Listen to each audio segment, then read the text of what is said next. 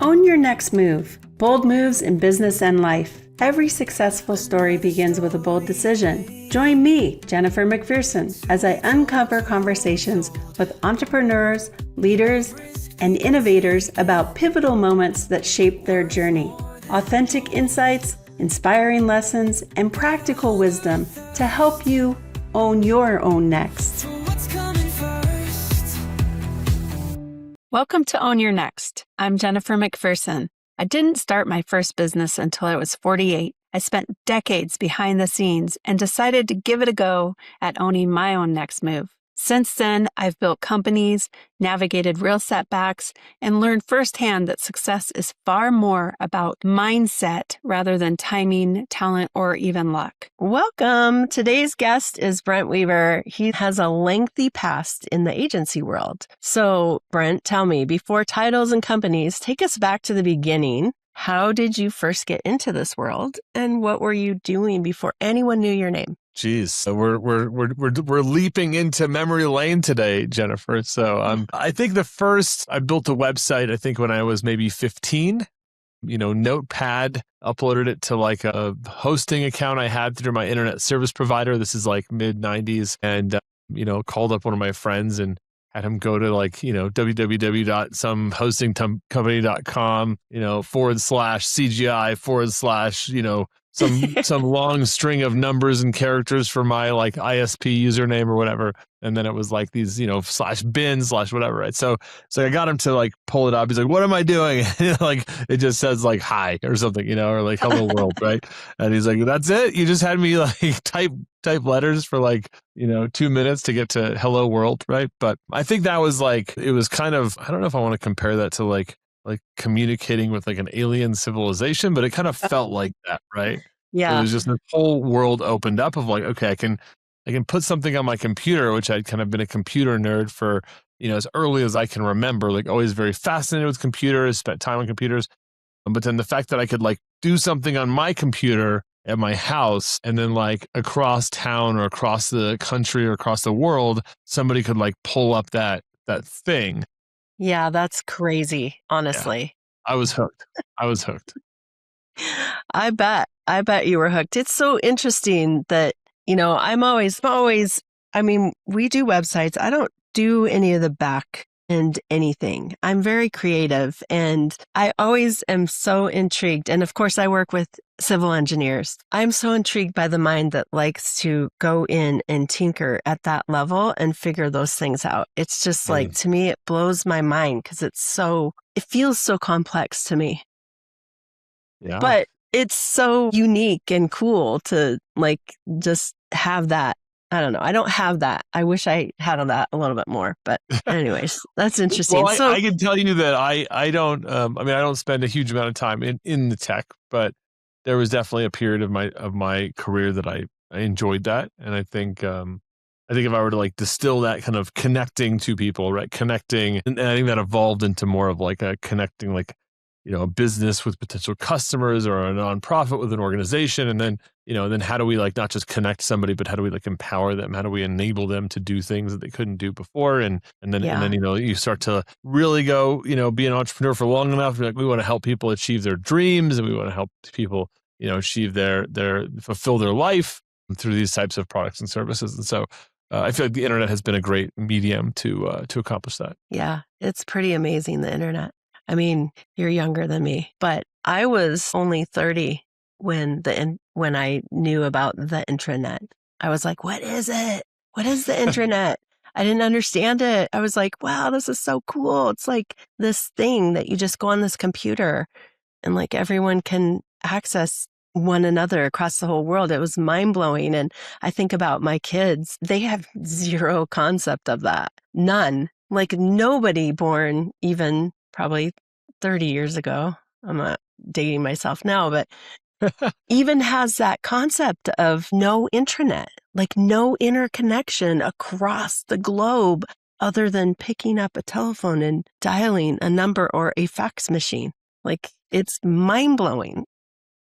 I mean, if you look at, AI right now, and that I see a lot of parallels to when the internet hit and AI hit, right? But if I think about my youngest son, he was, probably 2007 when, Chat 3 kind of came out and really shook up the world. So he's going to really like grow. I don't know what your earliest memories are, usually 5 or 6, but you probably won't really remember like a pre-AI world and an AI Yeah. world. Maybe have a small amount of memory of but I think they use it all the time. They use AI on a daily basis to research their Dungeons and Dragons characters or learn how to play the guitar or whatever. And so it's like they're already their synapses are wiring to a world in which AI is there. Just like my synapses, I feel like are wired hard to internet, social, like having all the world's information at my fingertips. I think they're now kind of getting hardwired into a way of thinking powered by AI that I don't think we'll even be able to really comprehend because we didn't go through that. Just like my Yeah. parents, they're not hardwired really to the internet. They have most of their life was spent pre-internet. So, Yep. I think it'll be interesting to see how that kind of plays out, right? How people will think about things and problems and business and opportunity, Yeah. growing I up with totally agree AI. with that. Yeah. It's crazy. Yeah. Well, so you're at E2M now. How's that going for you? Yeah, so I joined. I've known Manish, the founder at E2M, for years. I mean, probably back in 2017, 2018. He sponsored some events I was putting on with my former company, and he was a big part of our community. And so we had a really good long term relationship. And when I was leaving my last company, You Gurus, and really I was part of a larger company called DigitalOcean. When I left that business, we got to talking and started dreaming up what this next chapter of E2M might look like. And so yeah, I joined as their the CEO in June of 2025. Just over 7 months in the job. It's been a lot of fun. I look after kind of the core business as well as we just acquired a business called Dot and Company. So I'm really leading the overall group of businesses now, and very involved in the white label business, and now very involved in the fractional account management business. And really my focus is on helping to empower agencies to grow confidently, to grow profitably, to grow on our platform as much as we can. And so that's very common across the entire business that we operate. So we've got a web team, we've got a digital marketing team, we have an AI team, and now we have a fractional account management team. And it's all our entire thesis is on helping to empower agencies to grow confidently and grow profitably. I think it's really cool. I think it's a really cool format that you have because there's a lot of agencies that can touch on some of those things. And they can even touch on them on every one of those aspects, but maybe not pros at every one of them. And I think what's so cool about E2M is that you bring very specific professionals in that understand this section across the whole platform. And then, we're able to, as a client, come in and say, hey, we really need some expertise, some dialed in expertise in AI, or for example, Yeah. and you're able to just come in and provide that service. And it is fabulous. I know personally because we do work with you. I'm curious about Dot & Co. I would love to hear about a little bit more about that for my own curiosity, because I Yeah. know that you just acquired them and how you'll be utilizing them in the future. Yeah, I think when and I've known this problem existed for a long time, but as a small agency, marketing agency scales, a lot of agency owners might even be accidental agency owners, did marketing for a couple of friends or friends of friends or clients, and that turned into, a couple more clients and a couple more clients. And then, before they know it, they've got 10 clients or they've got 15 clients, they've got 20 clients, and they're like, I have a business, right? Like, what should I do? Right. I want to grow this thing. Like, this could be a real like life changer for me. This could be something that helps me to achieve more freedom in my life or help me achieve my financial goals, right? I think agency owners start to have these like visions for what they want their business to do for them. And a lot of them, as they've gotten more successful, get stuck in these, weekly or biweekly client calls. They're having to constantly like push the projects forward. They're having to get on calls to talk to their clients about content or strategy or what their needs are, the campaigns that they're going to run. They get to 30, 40, 50 accounts, and the agency owner's maxed out. They can't do sales. They can't do marketing. They can't run their team. They can't do finance. They can't think big picture about the business. You look at their calendar and it's just client calls all the way down, right? And we see that at E2M when we're supporting an agency and they're growing their business. They're assigning more web work to us. And if the agency owner is that person that's going in there and doing the account management, they hit this ceiling. They hit this bottleneck. And so Dot really helps to solve that, right? We can take an agency and bring in an account manager that's already pre-trained, pre-screened, that runs on Yeah. our gold standard of what account management looks like within our Dot system. So they've been kind of certified.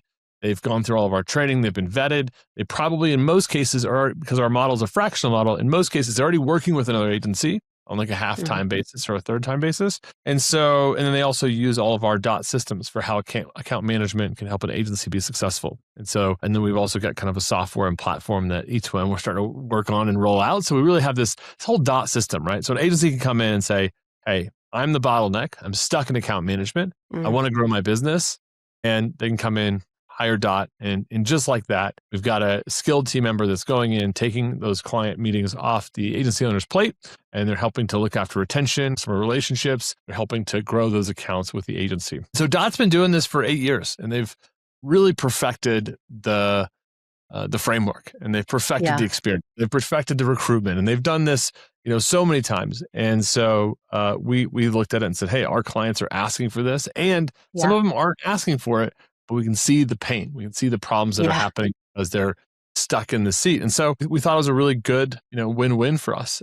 And so we started talking to Taylor probably about a year ago. And it was funny, while we were going through the acquisition process, our teams respectively were also talking to each other about doing a cool like joint venture partnership, because we were already referring so much business back and forth. So Oh the my team gosh, know that's that great. we're in the acquisition process.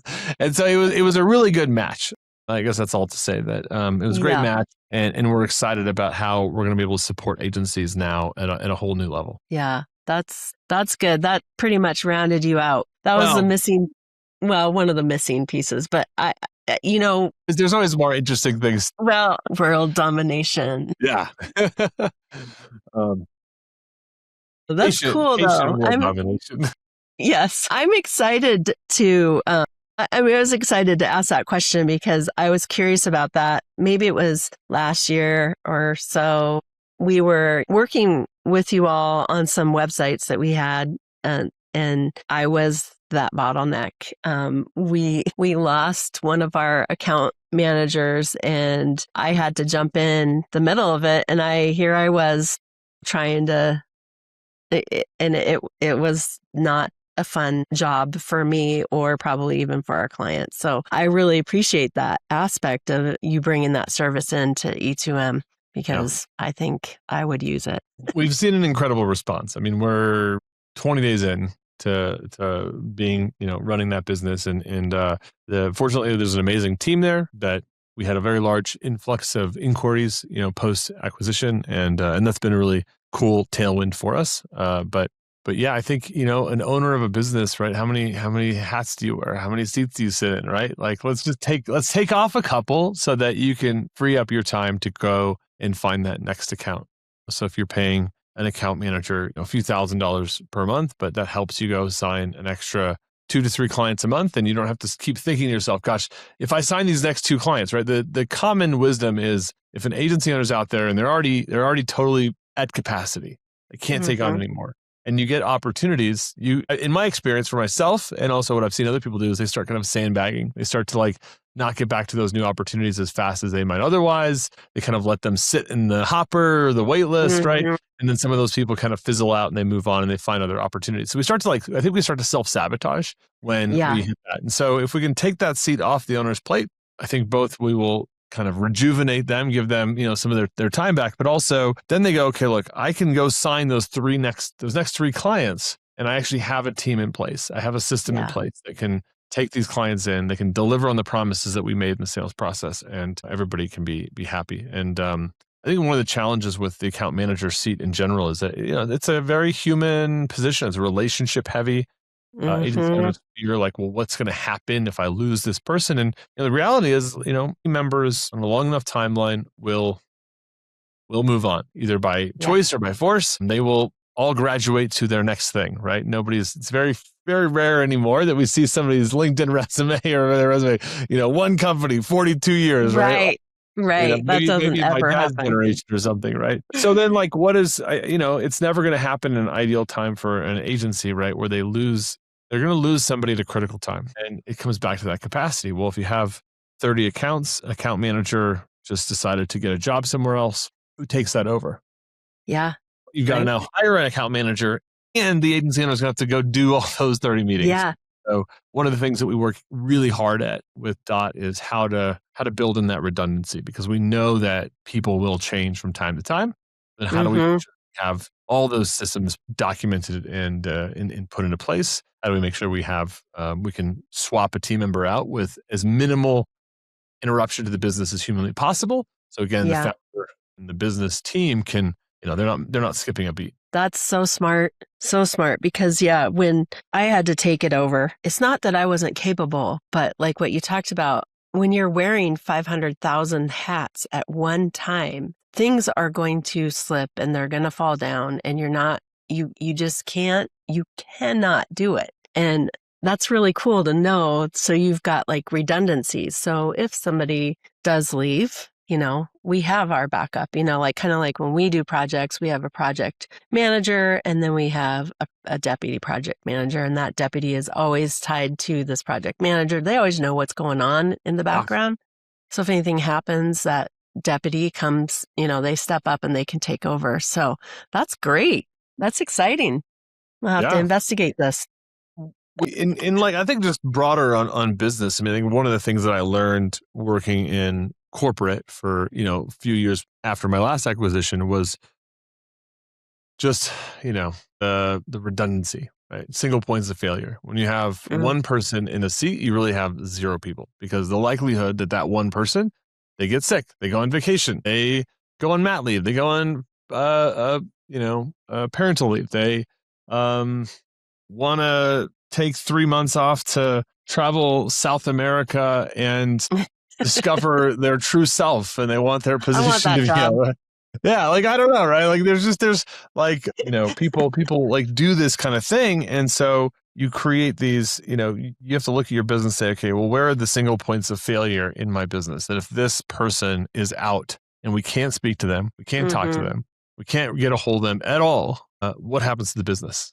When you get into a larger infrastructure, right, and you have a big business and you have millions or tens of millions or billions of dollars at stake, right, businesses tend to get really good at this. And I think when you're on a small scale, you think, well, that's never going to happen to me.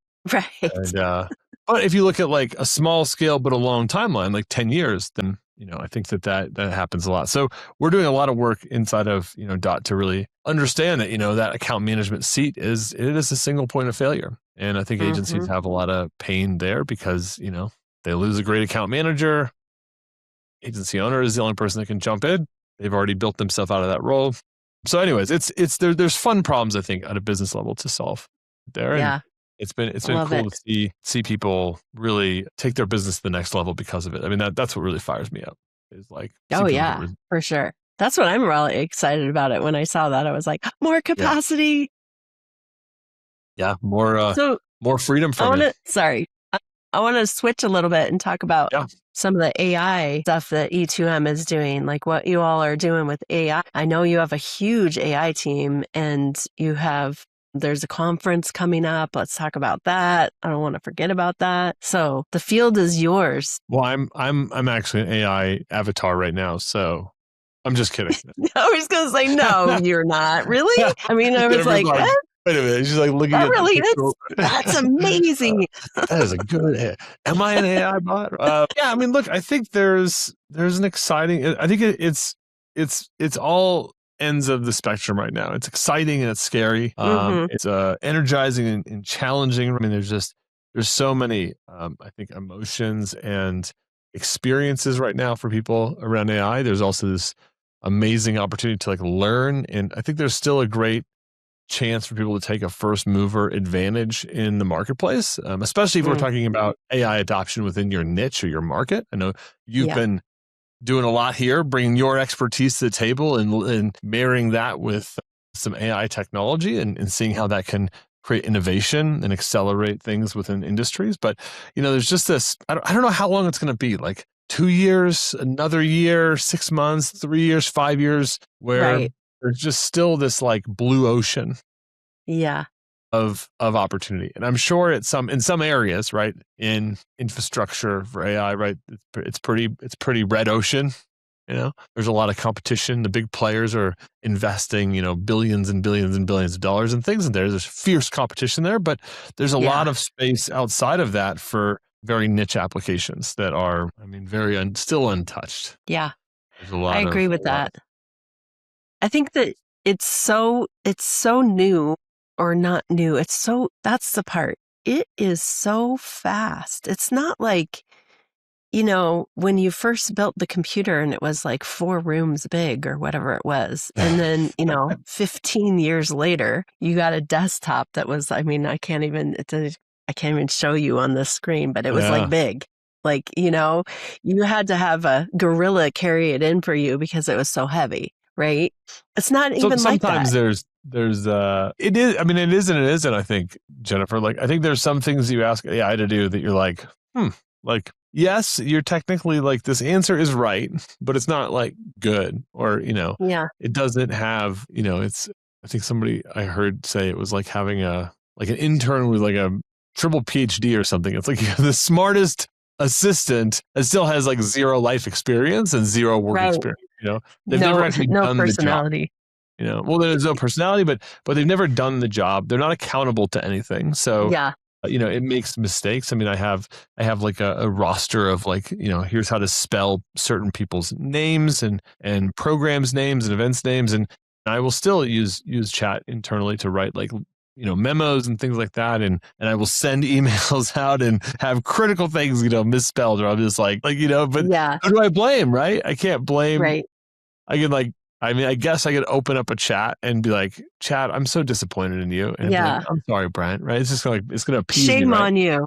Shame on you. But it's just like circular. Like, if I try to blame and hold chat accountable, really, I'm just holding myself accountable for like giving it bad instructions or bad, a bad context. Whereas like, if you delegate something to a human, there's that ownership and accountability, right? Somebody can, they own up to something, and they're like, hey, here's how I'm going to fix this and make sure this never happens again.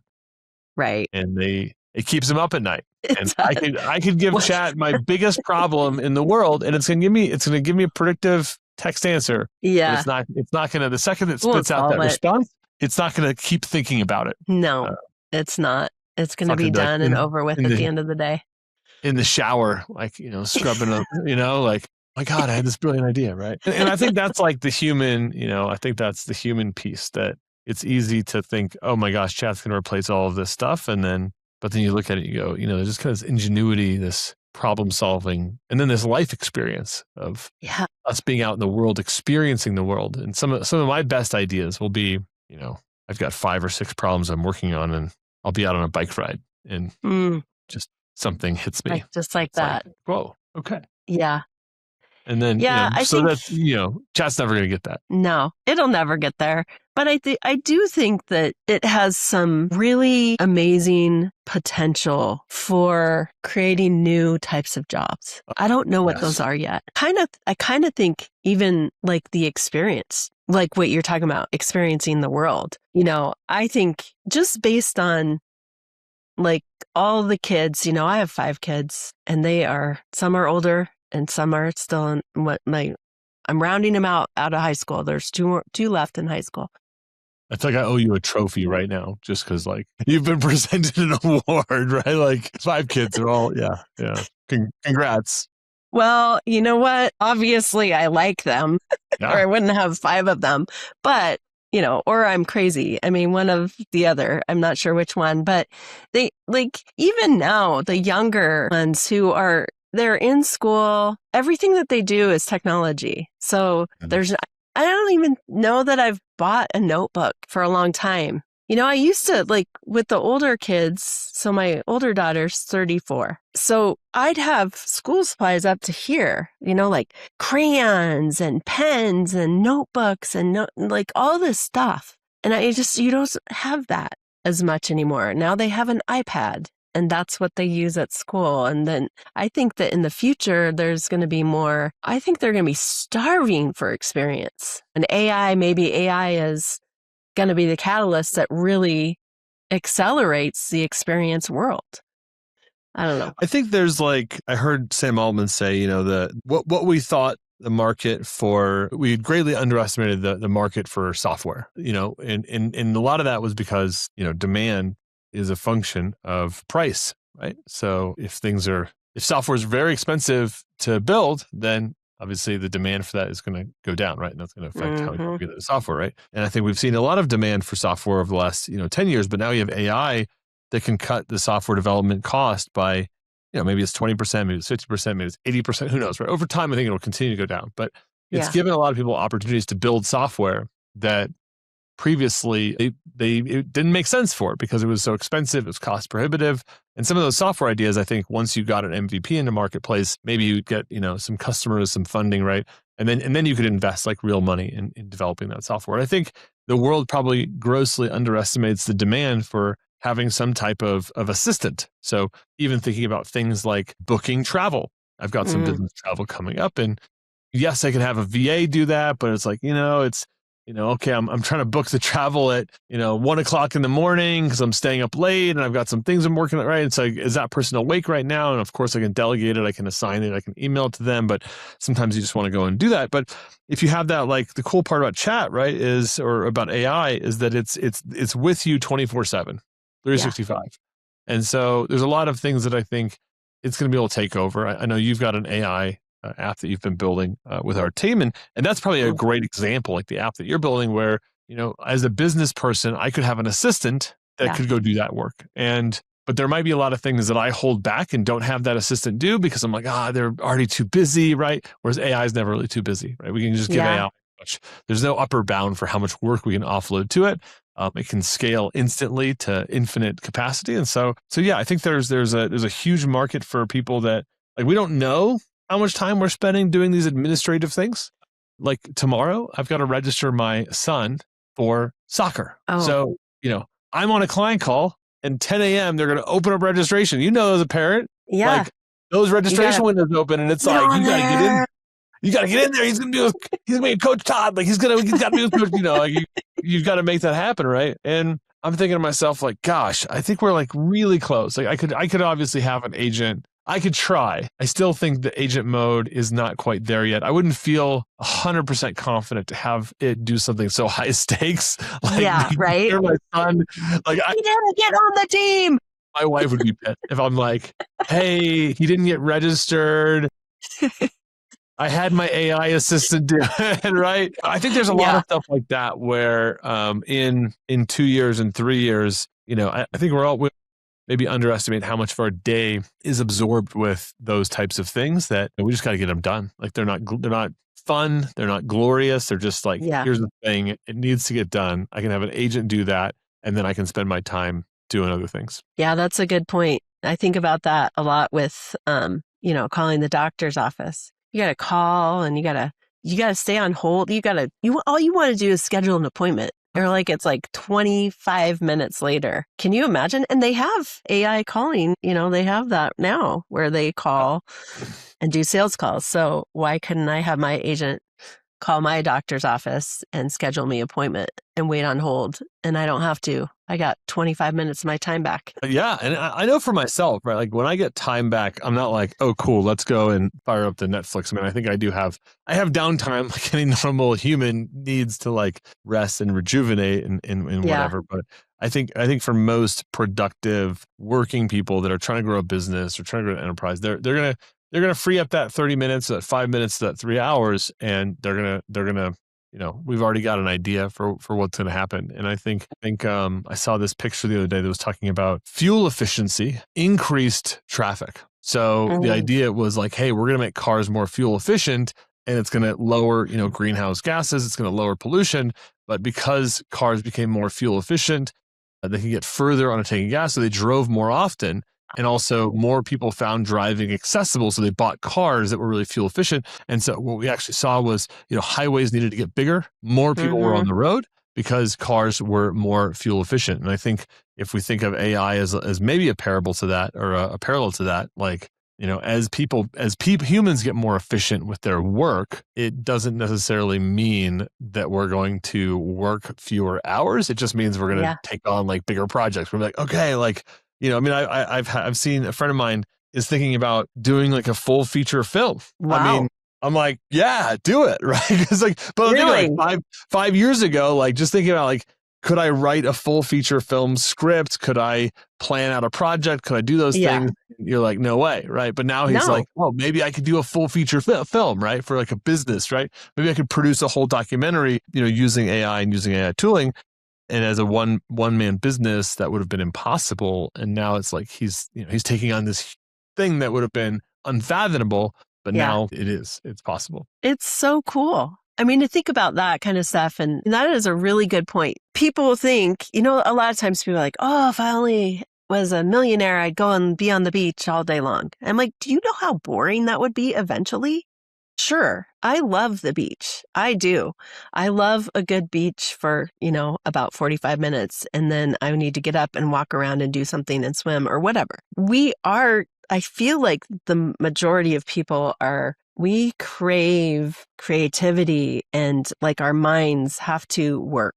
We have to do stuff with our mind. We can't just only do stuff with our arms or legs or whatever, but like just the brain, we just have to think. And if you open up more time every day to people who are thinkers, I don't even know what's going to happen. It's like, it's going to be crazy. I don't know. I don't know. I'm on I can't remember the test, but I'm a dreamer. That's what it says.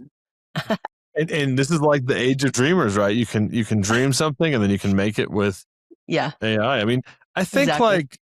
there's this, an effect or behavior called hedonic adaptation, which is something that is a unique trait to humans to kind of adapt to our environment, adapt to our surroundings. That we, within about 2 months, we can adapt to kind of any situation that's happening around us. And that can be, hardship, right? You people that, survive in POW camps and things like that. Like, it takes about 2 months to kind of reprogram their day. They're like, okay, this is my new reality, right? And then they just kind of adjust and they find, like, if you were a happy person before, the chances are after you adapt, you're probably going to be like a relatively like happy, uplifting person. Like, there's very few little change. I mean, obviously, extreme hardship creates, PTSD, and I'm certainly speaking outside of my area of expertise. But I personally experience hedonic adaptation a lot. Right? We see it with lifestyle creep. Somebody makes more money. How many of us just go, yep, I'm going to cut my lifestyle. I'm going to, hey, I'm making twice as much money. I'm going to save, even more. I'm going to cut my expenses even more. I mean, there are those people that maybe do that, but I also think on a long enough timeline, we do start to adapt to a new normal, and we think, okay, gosh, there's all these things. I know, at least from my own experience, like as I had more resources, started a family, I want to provide for my family. I want to provide for my kids' education. You can spend as much as you want to spend, right? And so I think you end up with, maybe if somebody had $1 million, they'd say, hey, I want to go sit on the beach full time. But I think as we're adapting to this new normal, we just kind of calibrate. Like a couple of months into AI, it was like, oh, cool. Like, like we had this content team that we were paying, a few $1,000s a month to like write emails, do like take recordings that I would do and turn into content and create social media posts and create blog posts and create, videos that we would repurpose and all these things. And chat came out and we just, boom, cut that expense. And it's not like that money just went right into my pocket. I mean, maybe that month it kind of dropped to the bottom line, but we took that money and we reinvested it in the next marketing idea, right? We weren't just like, we were constantly like almost immediately we put that money back to work, right? And so I think that, we kind of, given these circumstances, we adapt, we establish a new normal, a new level of output. And I don't want to say not a whole lot changes, but in some ways, like not a whole lot changes. Like we're still working on, like if I looked at my priorities 10 years ago, it was like, find more customers, deliver the experience to the customers that I have right now, and find some time for myself to hang out with my family, to enjoy life a little bit. Like, post AI, same thing, right? In 10 years, what am I going to be focused on? Probably same thing. Yep, probably. Well, I want to thank you so much for being on, and I want to know where our listeners can find you. Yeah, you can reach out to me on LinkedIn. It's linkedin.com/in/Brent Weaver. So just my full name there is my handle. And then we'd also love to extend an offer to your community. We've got our AI event coming up called Vistara, which Oh, we didn't talk about that. means, yeah, it's okay. We Talk talked about that for AI. a That's minute. fine. We have If a you want to little bit of time.